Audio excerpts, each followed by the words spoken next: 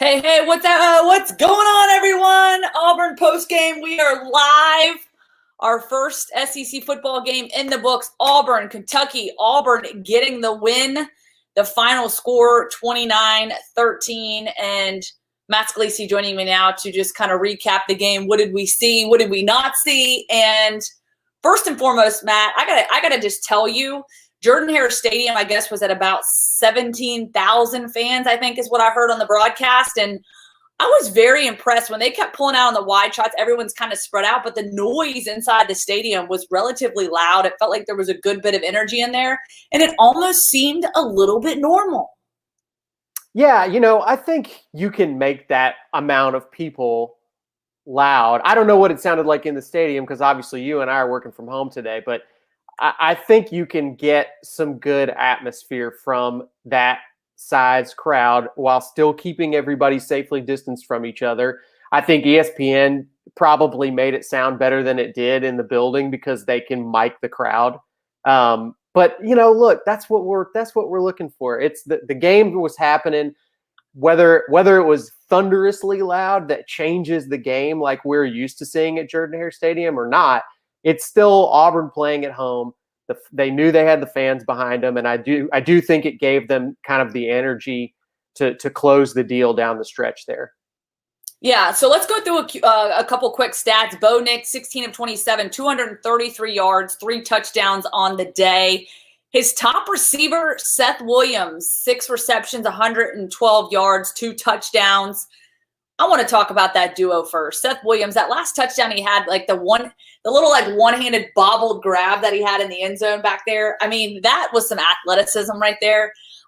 It was fun to watch him play. And, I don't know about you in the second half, obviously, those two really exploded. I think we saw what happened in the first half, and we'll kind of get to that in a minute. I want to get your thoughts on sort of the first half, how things ended, but just your thoughts overall on how Bo Nix performed in really this offense and how he sort of jived with the receivers, in this first football game. Yeah, overall, I think you have to be happy with the win and a sizable margin. And I think that Bo Nix had a good performance overall. I think we've all seen him do better than this game.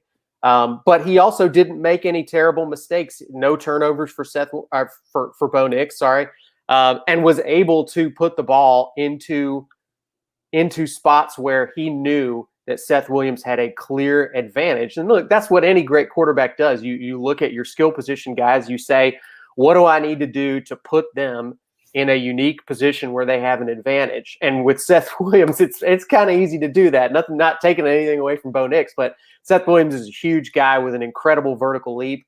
And when they got into the red zone and into scoring position, he has done a really good job of placing the ball in a spot where only Seth Williams can get to it. Their timing is down. They clearly have great chemistry together. But also, I think Bo Nix also had a really nice throw to Eli Stove for that other touchdown. At that point, Auburn was just kind of cooking. Everything was working for them, and Kentucky was kind of out of gas at that point. But a nice performance. I think we can talk about what they can do better. I think in particular, we knew going into this game, and we talked about it this morning, Lauren, that Auburn's offensive line is going to take some time to find their feet. And yeah. I do think that they struggled to give Nix time and space to do what he needed to do at times during this game, in particular on obvious passing situations on third down. Auburn was only 4 of 10 on third down in this game, which is not great. I think, sorry, I got a little fly buzzing around me. It's live. We're doing it live. But so to me, third down is a little bit of an issue for the Auburn offense right now, and that's not surprising given the offensive line. But look, some good things to build off of, and definitely got to love what Seth Williams. I mean, everybody that's preparing for Auburn for the next few weeks is going to be terrified and sweating trying to come up with a plan of how do we stop Seth Williams. Yeah, and I think, the interesting thing for me, I always love to see sort of the transition and really the development and growth of a quarterback when you go from year 1 to year 2. And even just like the stature, the composure, the poise that we saw from Bo Nix, I think, was really impressive. Obviously, at times they kind of stalled out, weren't able to get points on the board. And certainly the defense coming up with some key takeaways to help the offense along in that, in that process. But I'm always interested to see how those quarterbacks transition and really kind of take that next step. And, I do think Bo Nix does just seem like a more mature quarterback. I mean, even just in the way he sits, how he hangs in the pocket, some of the mobility, love to see him, get some big plays on his legs. He was able to get down and make some plays, and obviously some key plays to, keep the ball moving downfield. So, overall, I thought the offense played pretty well. Again, I think there's some consistency issues, but, that's expected. And I think the offensive line playing a factor in that as well. Now, defensively, there were some struggles early on. The game was 8-7 going into the half. And I just want to first get your thoughts. At halftime, we saw Cole Kublik do the interview with Coach Malzahn. First of all, he couldn't hear him because of the socially distanced interview. They had the speaker down there, but man, it was good TV. Woo, was Gus hot. Gus was not pleased at all. He was really upset about it. Look, credit to him. He didn't really let it make him, I don't think, overly impulsive for the rest of the game, as mad as he was about it. He didn't try to get it all back all of a sudden. I think they, once again, a consistent thing we have seen from Auburn the last few years. They come out in the second half and the defense looks really, really tough in the third quarter. Because Kevin Steele is so good at making adjustments. And look, Auburn's lost games the last few years, so you can overcome that against them. But man, you got to play something completely different in the second half against Auburn than you do in the first half, because they're going to adjust and figure stuff out as you go. And you better have your own plan to adjust to what they do. They really did shut down Kentucky's run game as the game went on, after kind of getting pushed around a little bit in the first half. 380 yards total offense that they gave up to Kentucky, which is, it's not great, but I think, given the fact that, as we said this morning, this was a pretty experienced Kentucky offense. They were doing a lot of things that they wanted to do in the first half and still didn't really put a lot of points on the board. So I think Auburn was able to bend and not break and close the deal. And like we said this morning, turnovers really ended up being the thing that won them the game. They were able to pick up 3 turnovers off of Kentucky in this game. And I think that's a big part of why, despite the fact that Kentucky was outgaining Auburn consistently throughout the entire game, they only scored 13 points total in this football game. Yeah, absolutely. And so that kind of brings us to sort of the crossroads here. The biggest concerns for Auburn moving forward, looking at it, they were only 4 of 10 on third downs, conversion. So that's one area that I'm looking at, 4 of 10. And then, of course, the passing yards, 233 total passing yards, but only 91 yards rushing on the ground. And we know that Gus Malzahn and this Auburn football team prides itself on being able to run the rock, the ground and pound. And Kentucky was able to run the ball more efficiently, running for, I guess it was 145 yards, on the ground, which certainly is nothing to write home about. But, just only having 91 yards on the ground for Auburn, maybe a little bit of a concern there too. And again, I think that goes back to the offensive line and just having to shuffle guys around and really, a different, combination of guys, they said, throughout practice and fall camp that they've had to work with. And so I think that's going to be a big factor moving forward, especially when they face a Georgia team that is certainly going to, I think, be, we all know, much harder to contend with. Yeah. And, look, I think some of it may have been the game plan to going into this of, look, there's only 30 rushes on the game. So most of those were from Bo Nix, or not most of them, but he had 5 of those carries for 34 yards. He was the leading rusher in the game. So I think clearly the plan today was not built around running the football. Right. I think that said, I do think some of the reason that the game plan was built that way is because they probably didn't think it was their biggest strength and their easiest way to win this football game. Sean Shivers has done some great things and can be a very explosive player. He is not necessarily the guy that you want putting into the game when you feel like it's going to be a battle in the trenches and it's going to be a very physical contest. He's not a huge guy. DJ Williams got the most carries of anybody in this game. I don't particularly have any strong memories of a huge breakout play for him. Tank Bigsby had I thought some nice moments, but again, only 6 carries in the game. Ultimately, this isn't a game where Auburn showed us a lot from the rushing attack. So it's hard to judge.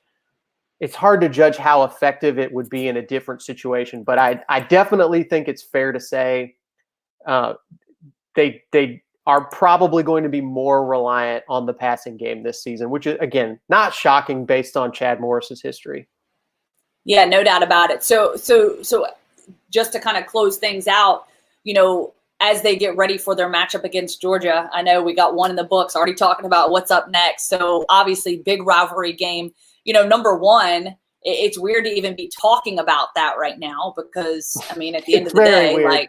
Everything's weird, I guess, but yeah, everything is very weird. But you think about it, that's one of those deals where it's like, okay, we've seen a whole lot more of Auburn going into that matchup. So I certainly think that, that plays a big factor. And, Auburn, that being their second game of the season. So I guess if there's one area of emphasis that you really feel is going to be critical to get the win and get, improve to 2-0 on the season after the Georgia matchup, what would that be for you?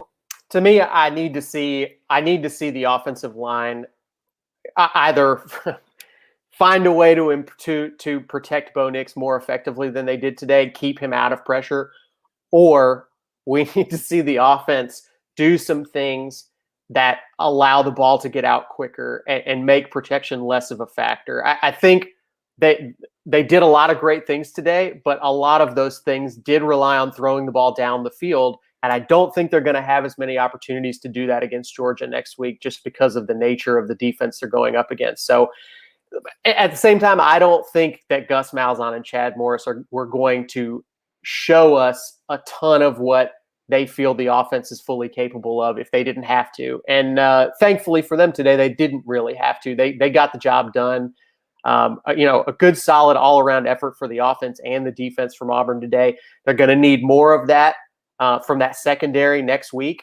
I think that's going to be really important too. They need to be able to lock down Georgia's wide receivers and give that new young defensive front a chance to find their feet and find some advantages and attack the Georgia quarterback. So I think it's going to be an interesting one. We're going to learn a lot about Auburn next week for sure. Yeah, no doubt. And I think the defense, to your point, it took them a while to really kind of get settled in. And I think part of that obviously was, again, first game jitters. You got to get out there. You got to get a feel for it. So kind of looking at a statistic here, Kentucky, I guess, rushed for 83 yards on 13 carries. They averaged 6.3 yards per carry, but with some adjustments, they were able to hold Kentucky to 3.2 yards per carry there in the second quarter, and then that kind of improved. So I think that, to me, it's going to, going up against that Georgia team is going to be critical for the defense to really step up. And then just consistency on offense. I think finding that consistent rhythm, being able to move the ball down the field. And then the one thing, I think that just looking back at obviously that big play that Auburn had going into the half, Gus Malzahn, as we said, was hot. He was not happy. The whole thing, it was almost just like in a whirlwind of emotions. I'm like, what are we watching right now? I really think my feeling about that whole play, and I understand why Auburn fans are upset about it. I think the guy, to me, the player who was hit and quote unquote targeted can very clearly see who he's about to get hit by. And to me, that marks him as not defenseless. But, I understand the call.